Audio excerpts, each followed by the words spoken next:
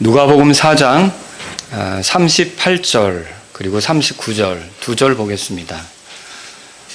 제가 읽겠습니다. 그분께서 일어나 회당에서 나오사 시몬의 집에 들어가시니라. 시몬의 아내의 어머니가 중한 열병에 걸렸으므로 그들이 그녀를 위하여 그분께 간청하며 다 같이요. 그분께서 서서 그녀를 내려다보시고 열병을 꾸짖으시니 병이 그녀에게서 떠나고 즉시 그녀가 일어나 그들을 섬기더라. 아멘. 네.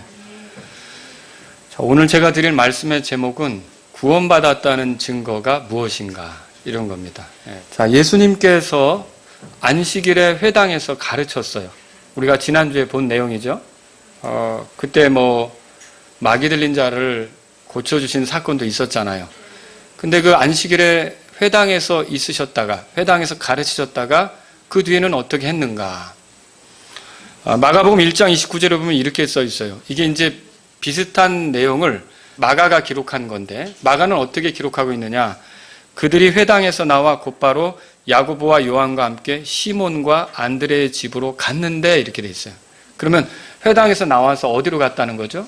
시몬과 안드레 집으로 갔다고 돼 있는 거죠. 그래서 38절에도 보세요. 그분께서 일어나 회당에서 나오사 시몬의 집에 들어가시니라 그랬어요. 그러니까 회당에서 나왔다면 그날이 안식일이었다고 생각할 수가 있겠죠.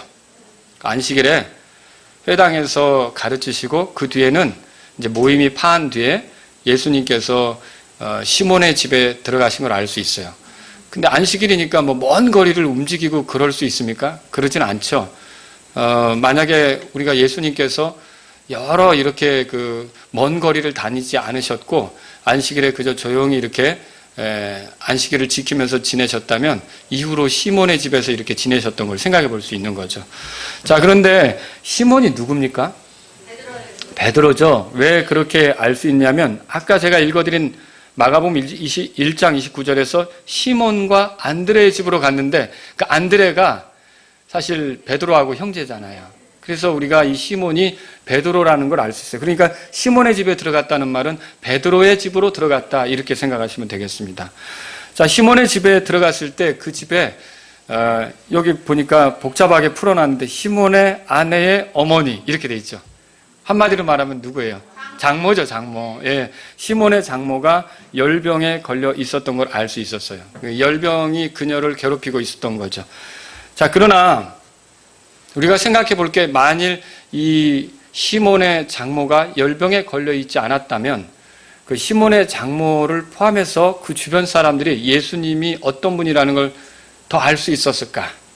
어떻게 보면 이 열병으로 인해 그 시몬의 장모도 예수님을 알 수 있게 되었고 그 주변에 있던 사람들조차도 예수님이 어떤 분이신지를 더 알 수 있게 된 거 아닙니까? 자, 여기서 우리가 깨달을 수 있는 게 있어요. 오늘날 이렇게 열병과 같이 우리를 힘들게 하는 어떤 문제가 있을 수 있다는 거죠. 근데 그것은 단적으로 보면 매우 힘든 일이지만 사실 그런 걸 통해서 우리가 주님을 더 알 수 있고 주님을 더 경험할 수 있게 된다면 그런 열병과 같은 어려운 것들을 그냥 우리가 마냥 힘들어만 할 것은 아니라는 거죠. 여러분이 성경에서 읽는 바 항상 기뻐하라. 그리고 모든 일에 감사하라. 이 하나님의 뜻이라는 거 아시잖아요. 그래서 우리가 살아가다 보면은 질병의 문제로 어려움에 처할 수도 있고요. 파산의 문제가 있을 수도 있고요. 아니면 해고를 당할 수도 있고요. 그리고 여러 가지로 사고로 여러분이 힘든 환경에 처할 수도 있는데 그때마다 우리가 낙심하고 절망할 것은 아니고 주님을 볼 수 있는 기회, 주님을 경험할 수 있는 기회 이렇게 생각하면 여러분이 감사하면서 기뻐하면서 그 순간들도 지나갈 수 있을 것이다 라는 말씀을 드리는 겁니다. 자, 우리가 대개 구원이라고 하면 죄사함이라는 말하고 연결시켜요. 근데 성경을 통해서 여러분이 읽어보시면 그 질병에서 건져지는 것도 구원이라고 표현합니다. 그리고 어떤 압제자로부터 놓이게 되는 것도 구원이라고 합니다. 예를 들면 파라오와 같은 통치자로부터 벗어나 자유롭게 되는 것 이것도 구원이라고 할 수 있는 거죠. 그리고 어떤 위기 상황에서 건져지는 것 이런 것도 우리가 구원이다 이렇게 말할 수 있고 마귀에게서 놓이는 것도 구원이다 이렇게 말할 수가 있어요. 근데 한마디로 구원이 뭐냐라고 하면 구원은 정말 아주 위험한 상황 이런 속에서 건져지는 것이다 이렇게 말할 수 있는 거죠. 그런데 여러분 정말로 위험한 상황이 뭐냐면 죄 가운데 있는 겁니다.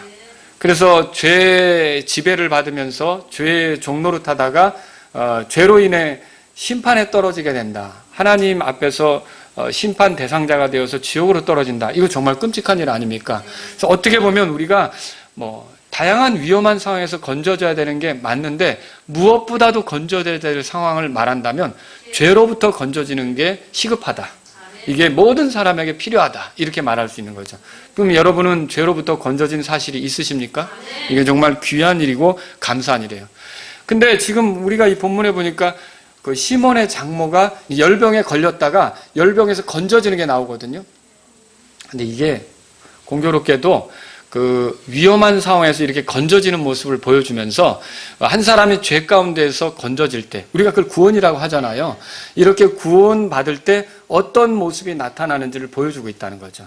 그런 면에서 이 열병에서 건져지는 것은 그 죄에서 건져지는 사람의 모습이 어떤지를 비춰줄 수 있다는 거죠.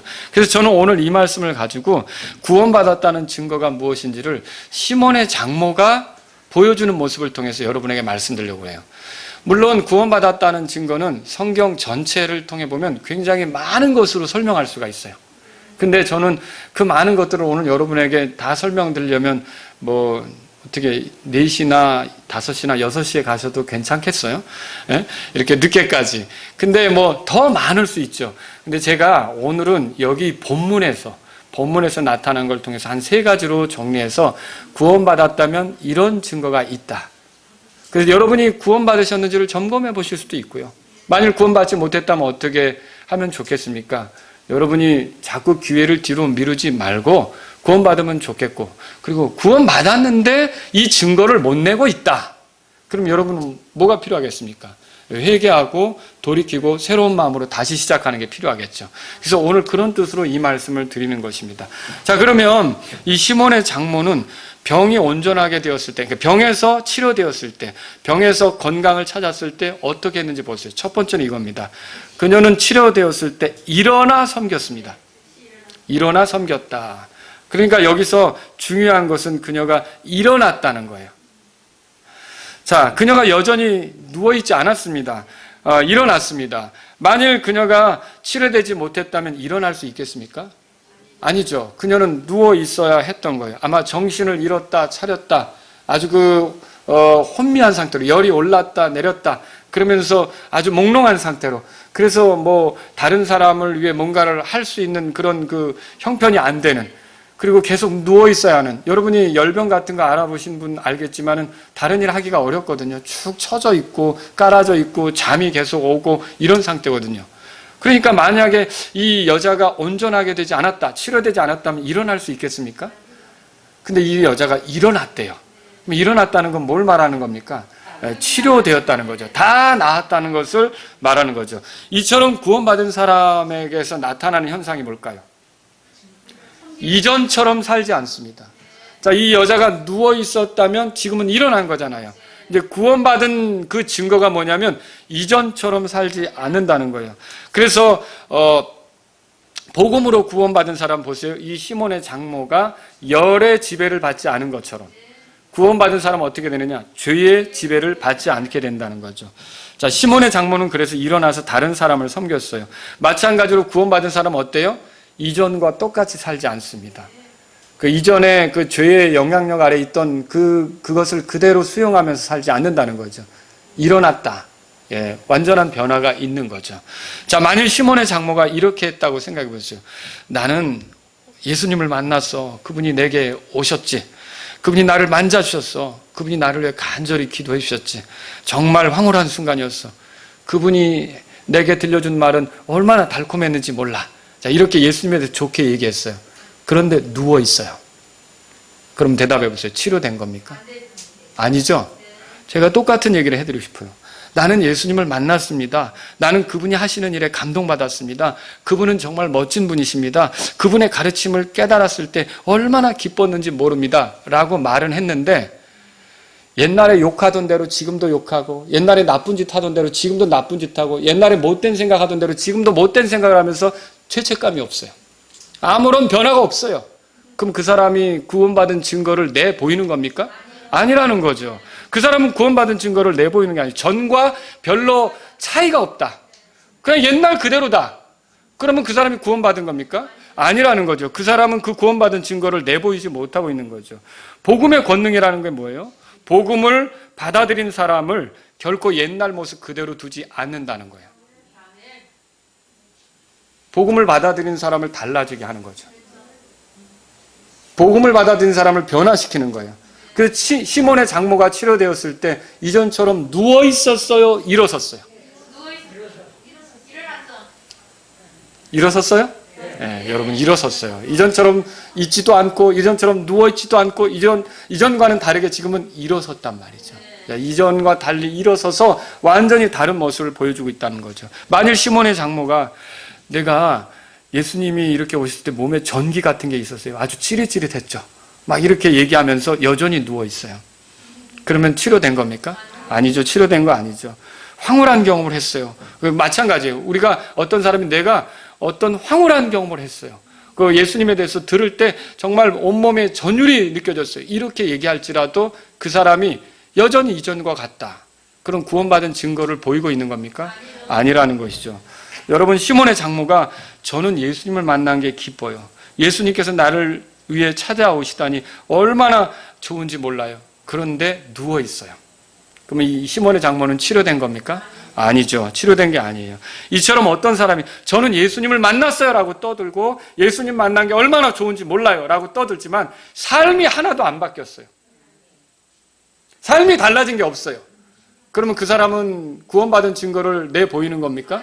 아니죠. 그 사람은 구원받은 증거를 내보이는 게 아니에요. 시몬의 장모가 그저 누워 있었다면, 그 시몬의 장모가 그저 누워 있었다면 고침받은 게 아니잖아요. 똑같아요. 이전과 같은 모습으로 살고 있다면 그 사람은 구원받은 증거를 보이는 게 아니라는 거죠. 결국 어떤 사람이 구원받았는지 여부는 그 사람의 체험이 결정하지 않습니다. 그 사람의 느낌이 결정하지 않습니다. 그 사람이 뭐라고 말했는지가 결정하지 않습니다. 그 구원받은 증거는 그 사람이 예수님을 어떻게 생각하느냐, 예수님을 좋게 생각하느냐가 아니라 그 사람의 삶이 달라졌느냐, 누워 있었는데 일어났느냐, 이것처럼 옛날엔 이런 식으로 살았는데 이렇게 달라졌느냐, 그게 바로 구원받은 증거가 된다는 거죠. 사람이 이전과 분명히 달라졌을 때, 그래서 죄에 대해서 겁이 없었던 사람이 죄 짓는 것이 두려워지고, 제가 이렇게 넘어지지 않는다는 얘기가 아닙니다. 근데 그 넘어지는 것이 두렵고 또 넘어지면 부끄럽기도 하고 그것에서부터 돌이키려고 하고 완전히 죄를 대하는 태도가 달라졌다. 그러면 그 사람은 구원받은 증거를 보인다고 할 수 있겠죠. 근데 그렇지 않고 구원받지 못한 사람이 죄를 대하는 태도랑 별로 다를 바가 없다. 그러면 정말 그 사람이 구원받은 거라고 할 수 있겠냐는 거죠. 그건 구원받은 증거가 아니라는 거죠. 마태복음 7장에 가보세요. 마태복음 7장에.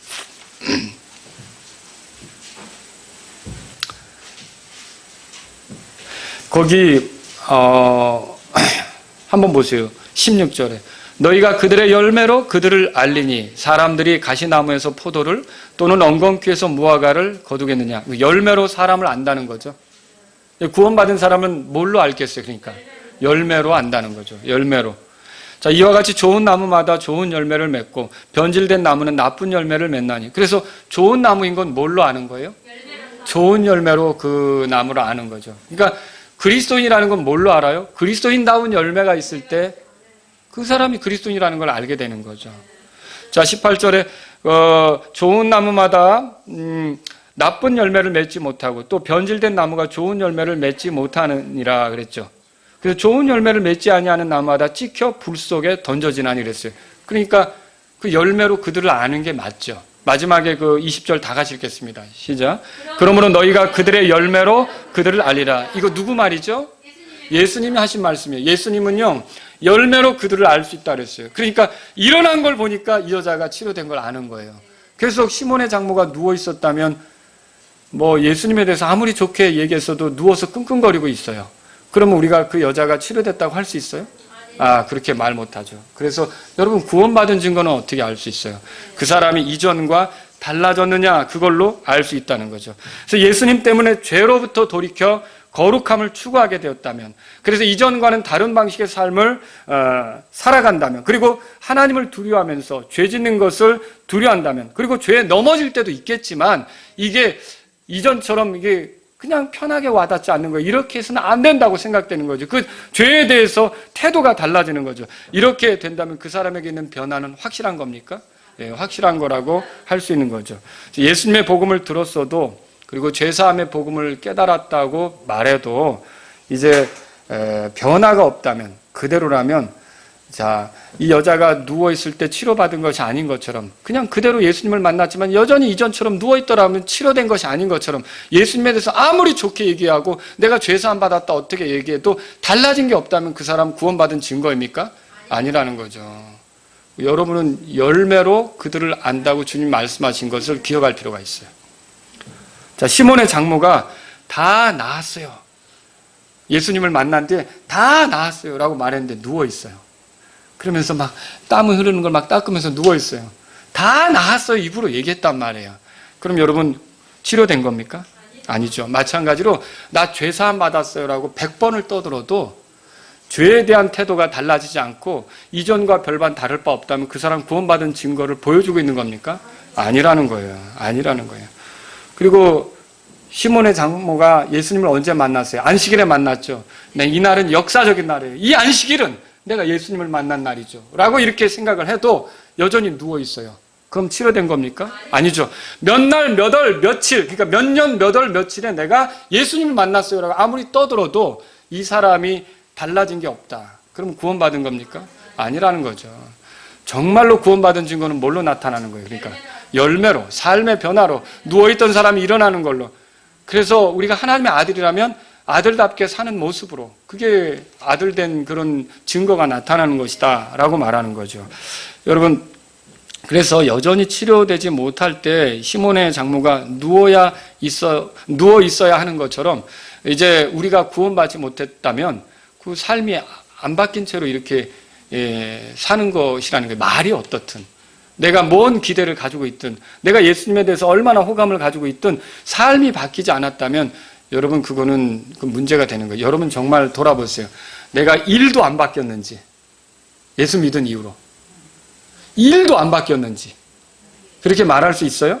아니, 내가 내 자신을 볼 때 만족스럽지 않은 게 많지만 그래도 하나님의 은혜로 좀 달라졌다 이렇게 말하실 수 있으세요? 그런 변화가 없다. 그런데 나는 구원받기 전이랑 똑같다. 그러면 그 사람은 그거 좀 이상한 거죠. 그게 어떻게 구원받은 증거를 보여주는 거냐라고 우리가 이제 의문 가지면서 물어볼 수 있는 거죠. 그래서 구원받은 증거는 뭐예요? 이렇게 일어났다 이 표현에서 알 수 있듯이 이전과는 다른 모습을 보여준다는 거죠. 시몬의 장면은 확실히 치료받은 겁니까? 네, 그건 뭘로 안다고 그랬어요 지금? 일어났다. 누워있으면 치료받은 게 아니죠. 일어났다 이거로 알 수 있는 거예요. 그래서 이전처럼 더 이상 살지 않는다. 이전과 같은 방식의 삶이 내 삶의 방식이 아니다. 이거가 확고한 사람은 이제 구원받은 것이라고 우리가 알 수 있는 거죠. 근데 물론 낫지도 않았는데 나은 것처럼 행동하는 사람도 있어요. 그 무슨 말이에요? 구원받지도 못했는데 구원받은 것처럼 행동하는 사람들도 있을 수 있다는 거죠. 근데 그 사람들은 병을 더 키우는 거예요. 낫지도 않았는데 건강한 듯 행동하는 사람들은 병이 더 심화되게 돼 있어요. 그리고 그게 뭐가 문제입니까? 많은 문제로 드러나요. 제대로 섬기지도 못해요. 아픈데 들고 있던 그릇을 떨어뜨릴 수도 있는 것이고, 또 막 이렇게 마음이 힘드니까, 그러니까 몸이 힘드니까 마음에서 짜증이 날 수도 있는 거고, 여러 가지 부작용을 일으킬 수 있는 거죠. 그죠? 그것처럼 이 구원받지도 못해놓고 구원받은 행세를 하면서 자기가 구원받은 것처럼 보이려고 하는 게 참 그게 병을 더 키우는 거고, 자기의 또 어떤 그게 어떻게 보면 자기가 어떻다는 걸 보여주려고 하는 그런 이제 위선 이런 데 빠질 수 있는 거죠. 그래서 그런 경우 외에는 구원받으면 반드시 변화가 있단 말이에요. 그래서 구원받으면 그 증거가 뭐냐? 분명히 삶의 태도가 달라지는 거예요. 사는 방식이 달라지는 게 구원받은 사람의 모습이다. 두 번째로 말씀드릴게요. 그녀는 치료되었을 때 그들을 섬겼다고 돼 있어요. 그들을 섬겼다고. 일어나서 그들을 섬긴 거죠. 근데 여기서 중요한 것은 그녀가 다른 사람들을 섬겼다는 겁니다. 그녀가 섬기는 사람들은 예수님을 포함해서 예수님의 제자들, 그리고 시몬과 안드레의 집에 있던 사람들이죠. 여러분, 그녀가 그들을 섬겼는데 이 여자가 치료받았다고 해서 당장 갑자기 간증하겠다고 회당으로 나갔습니까? 아니었죠. 혹은 여목사가 되겠다고 나 이제 하나님의 놀라운 은혜를 내가 경험해서 이걸 얘기하고 다녀야겠어 이렇게 지금 했습니까? 아니에요. 그냥 단순히 그들을 섬겼어요. 시몬의 장모가 확실히 고침받은 그 증거, 확실히 치료받은 증거는 다른 사람들을 섬기는 것으로 나타났다는 거죠. 이 마찬가지로 구원받은 사람들은 어떻게 되느냐? 다른 사람을 생각하기 시작해요. 나만 생각하지 않습니다. 다른 사람을 생각하기 시작해요. 그동안 소외시켰던 아내를 생각합니다. 그동안 마음을 쓰지 못했던 배우자를 생각합니다. 그동안 잘 챙기지 못했던 자녀들을 돌아보기 시작합니다. 그동안 적대시했던 아버지나 어머니에게 호의를 가지고 다가갑니다. 정말로 내 손길이 필요한 가까운 사람들을 살피기 시작하는 게 구원받은 사람들에게서 나타나는 현상이라는 거죠. 시몬의 장모는 그들의 필요를 위해 그들을 섬겼어요. 그들이 먹을 것이 필요하다면 갖다 주었을 것이고, 또 그들이 교제를 위해 뭐가 필요하다면 그걸 공급했을 것이고, 이렇게 하면서 그들을 섬겼던 거죠. 오늘날 우리는 대단한 일에 손을 대면 구원받았겠거니 생각해요. 그러니까 엄청나게 거창한 일만 하면.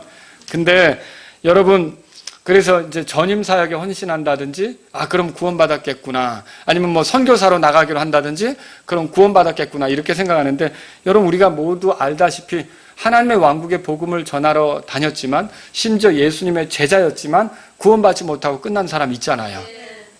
누구예요? 가룟 유다죠. 여러분, 그 감리교회 창시자인 존 웨슬리가 24살 때 목사 안수를 받고 아메리칸 대륙으로 가서 인디안 선교를 했단 말이에요. 그런데 거기서 돌아오고 나중에 이제 올더스케이트 거리에서 35살 때 모라비안 교도들과 기도 모임을 하면서 로마서 1장 서문을 읽다가 정말로 회심을 하게 되거든요. 그건 무슨 말이냐면 선교사로 가서 11년 동안 목사라고 해서 지냈는데도 구원받지 못한 상태로 지냈다는 거죠.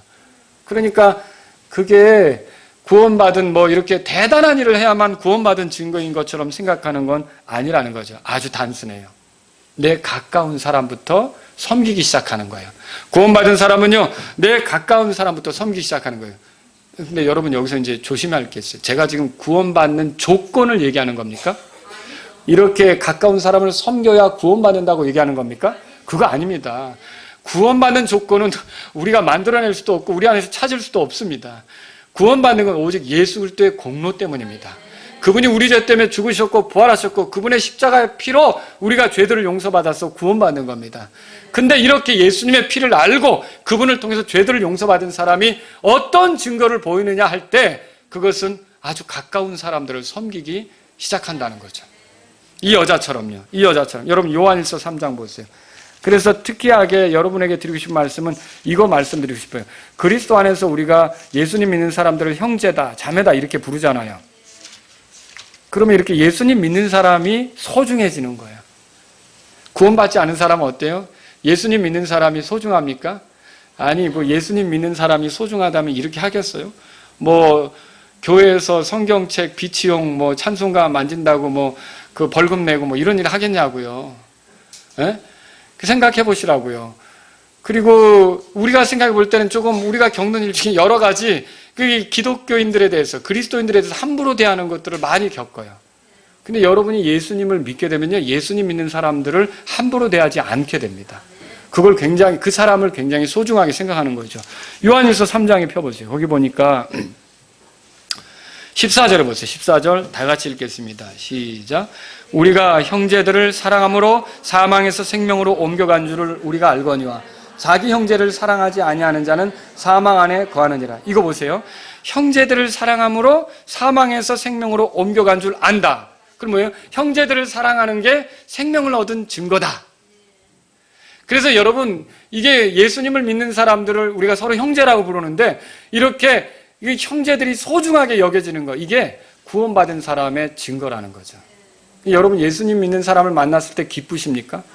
복음을 전하다가 예를 들어 공원에서 복음을 전하는데 어떤 청년을 만났는데 이 청년에게 물어보니까 자기도 구원받았다는 거예요. 그러면서 너무 기쁜 표정으로 어떻게 구원받았는지를 얘기하는데, 구원 안 받은 사람을 찾고 다니는데 괜히 이 사람을 만나가지고 시간 보냈네, 이렇습니까?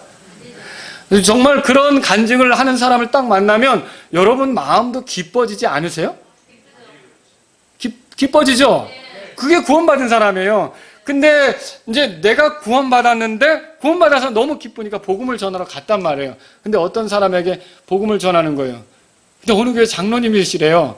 그래서 그러세요? 저는 이렇게 예수님에 대해서 전하러 왔어요. 어떻게 그러면 정말로 장로님은 이 오늘이 마지막이라면 하늘나라에 들어갈 수 있는 확신이 있으세요? 그랬더니 이거 왜 이래? 그러면서 제가 이 예수님 믿는 거 구원받은 거에 대해 전하러 갈 때 저에 대해서 굉장히 기분이 상하시는 거죠. 왜 이런 사람을 만나가지고 오늘 괜히 기분 이렇게 상하게 이런 식으로 한다 그러면 그 사람이 정말 구원받은 증거를 보이는 겁니까? 여러분, 제가 복음 전도를 받을 때도 있어요. 근데 이단들이 와서 하면 정말 불쾌하죠. 근데 정말 어느 날 복음을 알고 있는 사람이 와서 저에게 예수님 믿냐고 하면서 다가와서 예를 들어 전철을 타고 가는데 옆에 앉았는데 어느 아주머니가 아이고 저 젊은 양반 교회 다니시냐고 이렇게 네 교회 다닙니다. 나는 구원받은 게 너무 기뻐서 그러는데 하면서 저에게 복음을 전한단 말이에요. 그럼 제가 기분 나빠하고 자리 옮기겠습니까? 여기서 이런 분을 만나니까 얼마나 좋은가. 여기 하나님의 일하심으로 구원받은 자가 있구나. 그건 내 마음이 기뻐지지 않겠습니까? 이렇게 형제를 사랑함으로 사망에서 생명으로 옮겨준 줄을 안다 그랬어요. 근데 여러분이 보세요. 구원받은 사람을 대할 때 즐거운가? 근데 구원받은 사람 대할 때 불쾌하다. 그건 이상한 거예요. 그건 이상한 거죠. 그래서 이렇게 우리 주변의 형제들에게 관심을 갖죠. 또 이건 뭐냐면 가깝게 지내는 사람들한테도 우리가 관심을 가질 수 있다는 거죠. 시몬의 장모는요, 자기 집에서부터 섬겼어요. 시몬의 장모가 이때 온전하게 돼가지고 가방 딱 들러매고 예배당 가야겠어. 이제 매일매일 예배당 가야겠어. 이렇게 했습니까? 아니, 지금 어떻게 했어요? 가장 가까운 사람부터 섬겼어요. 그 집안에 있는 사람들을 섬겼다는 거죠. 이것은 오늘날 뭘 보여줍니까? 사랑이라는 것이 가정에서부터 시작된다는 거예요. 섬김이라는 게 가정에서부터 시작되는 거예요. 그러니까 삶의 변화라는 것은 가정에서부터 확인이 돼야 되는 거예요. 여러분, 가정에서 이렇게 이제 훌륭한 신앙이 결국 밖에서도 빛을 낼 수 있는 거죠. 우리 바가지 얘기 있잖아요. 안에서 새는 바가지는 밖에서도 샌다. 그거 있잖아요. 똑같은 거예요. 만약에 가정에서 내 변화를 알지 못한다면, 우리 가족들이 내 신앙에 대해서 인정하지 않는다면 밖에 나가서도 역시 똑같은 거예요. 그러니까 여러분과 저는 만약에 정말 제대로 살려면 가정에서부터 신앙이 입증이 돼야 되는 거죠. 이 시몬의 장모는 어떻게 했어요? 먼 데로 가서 뭐 대단한 일 하겠다고 한 게 아니라 자기 집에서부터 사람들을 섬겼다는 거죠. 이게 중요한 거예요. 그래서 이 사람이 가까운 그들을 섬겼다. 이 시몬의 장모가 가까운 그들을 섬겼다는 게 중요한 거예요. 저와 여러분도 구원받으면 이렇게 뭐 거창한 일을 생각하는 게 아니라 옆에 있는 사람부터 대하는 태도가 달라진다. 여러분 이걸 믿으시란 말이에요. 세 번째로요. 첫 번째 뭐라 그랬죠? 일어났다 그랬죠. 두 번째는요. 가까운 그들을 섬겼다 그랬죠. 이제 일어나서 섬겼고 가까운 그들을 섬겼어요. 세 번째는 뭐냐면요. 즉시로 섬겼어요. 이게 중요합니다. 여기서 중요한 건 그녀가 즉시로 섬겼다는 거예요. 그녀는 이 사람들을 섬기겠다고 1년을 기다렸어요? 아니, 내가 신학교를 졸업한 뒤에 섬겨야겠다. 이런 겁니까? 그거 아니에요. 바로 그녀가 치료받은 그날 섬긴 거예요. 오늘날 어떤 사람들은 섬김이라는 걸 너무 거창하게 생각해요. 그래서 밖으로 나가서 뭔가 대단한 일을 하는 걸로 섬김이라고 이렇게 생각하는 거예요. 근데 그게 그럴 때는 섬김인지 야망인지 헷갈릴 때가 있어요. 정말 섬김인지 야망인지 자기 욕심인지. 여러분, 이 섬김이라는 건 자기가 예수님을 만난 그 순간부터 시작되는 거예요. 시몬의 장모에게서 사람들을 섬기는 것은 지극히 자연스러운 일이었어요. 생각해 보세요. 만일 어떤 사람이 아니 어떻게 그렇게 섬길 수 있느냐, 어떻게 이렇게 갑자기 일어나 이렇게 섬길 수 있느냐, 그걸 대단하다 이렇게 얘기한다면 그 대단하다는 말이 이상한 거예요. 왜 그렇죠? 몸이 온전하게 됐는데 치료받았는데 누워있는 게 이상한 거죠. 그죠? 몸이 온전하게 됐으면 섬기는 게 당연한 거잖아요. 치료되었으면 섬기는 게 당연한 거죠. 우리가 구원받았는데 섬기는 게 이상하게 생각된다. 그게 이상한 거죠. 구원받았으면 섬기는 건 당연한 겁니다. 그게 즉시로 섬기는 게 당연한 거죠. 아니, 오히려 이 구원받았다면서 섬기지 않는 게 이상한 거죠. 하나님을 섬기지 않고, 성도들을 섬기지 않고, 내 가족들을 섬기지 않고, 내 이웃들을 섬기지 않고, 섬기지 않는 게 이상한 거죠. 그러니까 구원받으면 어떤 거예요? 즉시로 섬기는 게 가능하다는 거죠. 그래서 만약에 이제 섬긴다고 해도 자기 자랑할 것이 아닌 것은 이게 섬기게 된 게 치료받았기 때문에 섬기는 거 아닙니까? 그죠? 그러니까 우리도 마찬가지예요. 구원받아서 뭔가를 일을 한다고 할 때 내 업적이라고 이렇게 내세울 수 없는 것은 이 일이 가능한 게 만약에 예수님이 나를 죄에서 건져주지 않았으면 어떻게 하나님을 섬기고 교회를 섬겨요? 하나님을 섬기고 교회를 섬기는 게 누구 때문이에요? 예수님 때문이죠. 그러니까 우리는 아무도 자랑할 수가 없는 거예요. 그래서 우리가 언제든지 뭐 누구를 위해 뭔 일을 하든지 좋은 일로 섬기든지 내 자랑이 될 수 없다는 걸 우리는 알아야 돼요. 그렇게 해도 이게 다 나를 일으켜주신 예수님 때문에 이렇게 하는 거지. 시몬의 장모가 그랬을 거예요, 아마. 그럼 우리도 똑같이 뭔가 섬김을 가질 때 누군가 대단하다 그러면 이게 뭐 대단한 거냐? 당연한 거죠. 여러분, 당연한 거로 믿으세요. 그리고 이 섬김이 가능한 게 예수님 때문이니까 예수님이 높임 받으셔야죠. 뭐 제가 뭘 대단하다고. 여러분, 이게 정상이라는 거죠. 그죠? 여러분, 시몬의 장모가 치료받았다고 해서 짐을 꾸려 산속으로 갔습니까? 그렇지 않았습니다. 그녀는 바로 자기와 함께 있던 사람들을 즉시로 섬겼어요. 구원받으면 이렇게 사람들을 섬길 줄 알아요. 가까운 사람들을 위해 희생하고 그들의 부족함을 메우려고 한단 말이에요. 시몬의 장모는 그런 식으로 자신이 치료받은 것을 드러냈던 거죠. 우리가 구원받은 것은 뭘로 드러나겠습니까?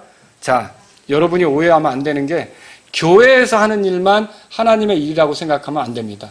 오늘 아침에 제가 드린 말씀 뭐예요? 목사만 하나님의 종입니까? 여러분은 하나님의 종 아닙니까? 여러분도 하나님의 종이죠. 목사만 제사장입니까? 아니죠. 구원받은 성도들은 다 제사장입니까? 맞죠. 다 제사장이죠. 그러면 교회에서 하는 일만 하나님의 일입니까? 아니에요. 여러분, 그거 잘못 생각하는 거예요. 교회에서 하는 일도 하나님의 일 맞죠. 그런데 가정에서 여러분의 배우자를 섬기는 것도 하나님의 일이에요. 자녀를 돕는 것도 하나님의 일이에요. 하나님께서 짝이 되게 하신 사람과 서로 격려하면서 세워주면서 하나님의 영광을 위해 함께 걸어가는 것도 하나님의 일이에요. 내게 맡겨준 자녀를 내가 등한히 하고 내팽개치고 이렇게 다니는 게 아니라 내 자녀가 바르게 커서, 여러분, 자녀들은 전통 속에 있는 화살이라고 시편에 말하고 있잖아요. 세상으로 내보내는 하나님의 무기가 될 수 있도록 하기 위해서 내가 바르게 키워주는 것도, 내 자녀를 말씀으로 양육하는 것도 하나님의 일이란 말이죠. 선교지로 가는 것만 하나님의 일이 아니란 말이에요. 예, 물론 그것도 하나님의 일이죠. 직장에서 성실하게 일하는 것도 하나님의 일이에요. 내가 나보다 높은 분이 있다는 걸 알고 내 아랫사람을 관대하게 대하는 것도 하나님의 일이에요. 또 내가 무엇을 맡든지 신실하게 일하는 것도 하나님의 일이란 말이죠. 그래서 이렇게 구원받은 사람은 내 그 삶의 환경에서부터 즉시로 변화된 삶을 사는 거예요. 여러분, 돈 낭비하는 게 아니라 돈을 잘 관리해서 필요적절하게 이렇게 사용하는 것도 하나님의 일이에요. 그러니까 우리는요, 예배당에서 일어난 일만 하나님의 일로 생각하면 안 된다는 거죠. 시몬의 장모가 지금 어디 있는 거예요? 예배당에서 지금 하고 있는 거예요? 선교지에서 하고 있는 거예요? 기도원에 가서 하고 있는 거예요? 자기 집에서 섬기고 있잖아요. 그죠? 그러니까 우리가 하나님의 일이라고 하는 걸, 섬기는 것을 꼭 예배당에서만 하는 걸 섬김이라고 생각하면 안 돼요. 예배당에 가방 들고 열심히 매일매일 다가가지만 설거지 그릇은 이렇게 싸놓고, 예, 뭔가 이렇게 주님의 일을 한다고 뭐 부르면 봉사하러 다니지만 세탁기에 그 빨래하지 않은 것이 그냥 산더미처럼 쌓여있고, 여러분, 이거는 잘못하고 있는 거죠. 여러분, 우리가 살아가는 환경에서부터, 가까운 데서부터 하나님의 일이라고 믿고 성실하게 하는 게 필요하다는 거예요. 이게 주님에 대한 믿음, 그리고 주님의 말씀에 대한 믿음으로 하는 일. 그러니까 믿음으로 하는 일은 환경이 어디든 장소가 어디든 때가 어느 때든 믿음으로 하는 일은 다 하나님의 일이에요. 하나님께서 영광 받으신 일이라는 걸 믿으시란 말이죠. 시몬의 장모에게, 근데 보세요. 여기 그러니까 누군가 일을 시켰는지, 예수님이 시몬의 장모가 개운하다 하고 이제 일어났으니 이제 부지런히 섬겨라 이렇게 한 게 기록이 있어요?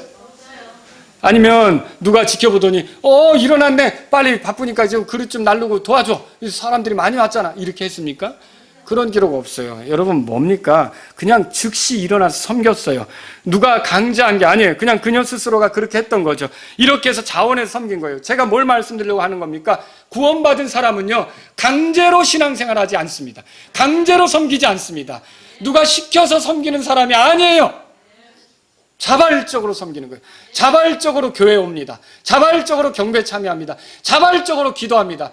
구원받은 사람은 그런 거예요. 자발적으로 성경 읽습니다. 아니, 성경 안 읽으면 오히려 더 이상하죠. 여러분 그렇지 않습니까? 예배드리러 안 오면 오히려 더 마음이 이상하죠. 구원받은 사람이 그렇다는 거예요. 누가 시켜서 하는 게 아니라는 것이죠. 시몬의 장모는 일할 힘이 주어지자 즉시 일했어요. 기회가 보이자 즉시 일했어요. 그녀는 기다리지 않았어요. 뭐 따졌습니까? 물러나서 관망했습니까? 아니면 뭐 이렇게 머뭇거렸습니까? 아니면 일어나자마자 너 이거 해, 너는 이거 하고 하면서 이렇게 막 그 훈수 두면서 완장 차고 뭐 했습니까? 여러분 섬겼다고 성경에 써 있어요. 여러분 그 교회 생활의 핵심이 뭘까요? 제가 오늘 아침에 자기 부인의 핵심이 뭐냐는 주제로 설교했어요. 자기 부인의 핵심은 뭐였습니까? 순종이었죠. 교회 생활의 핵심은 뭔지요? 섬김이에요. 섬김이에요. 그 교회 생활은 주장하려고 하는 게 아니에요. 교회 생활은 내 뜻을 관철시키려고 하는 게 아니에요. 교회 생활은 내가 원하는 스타일의 교회가 되는 게 아니에요. 이 교회 스타일을 정하는 분은 성령님이세요.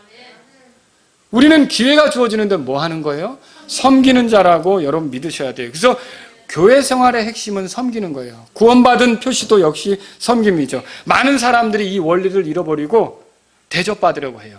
이 원리를 잃어버리고 내가 헌신한 만큼 대우받으려고 흥정을 하는 거예요. 딜을 하는 거예요. 내가 이만큼 헌신했으니 나의 요구도 이렇게 들어다오. 내가 이렇게 바쳤으니 내 뜻을 이렇게 성취시켜다오. 난 이런 식의 교회가 되기를 원한다. 왜 목사님은 그런 식의 찬송만 하느냐? 이런 좀 찬송도 해다오. 내가 헌금했으니까. 여러분 이건 딜을 하는 게 아니라는 거죠.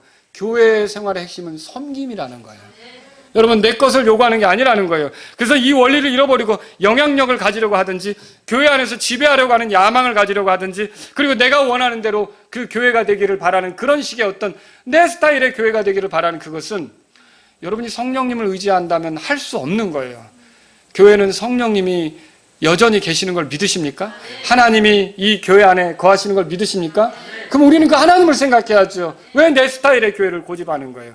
하나님이 이 교회를 어떻게 만들어 왔는지, 이 교회를 어떻게 이끌고 있는지, 하나님의 영께서 어떻게 주장하시는지 그거를 알고 생각하면서 살아가야 되는 거죠. 교회 생활의 핵심은 섬김이에요. 말씀을 정리해 봅니다. 오늘 이 시몬의 장모를 볼 때 이제는 아무도 그녀가 아프다고 판단하지 않아요.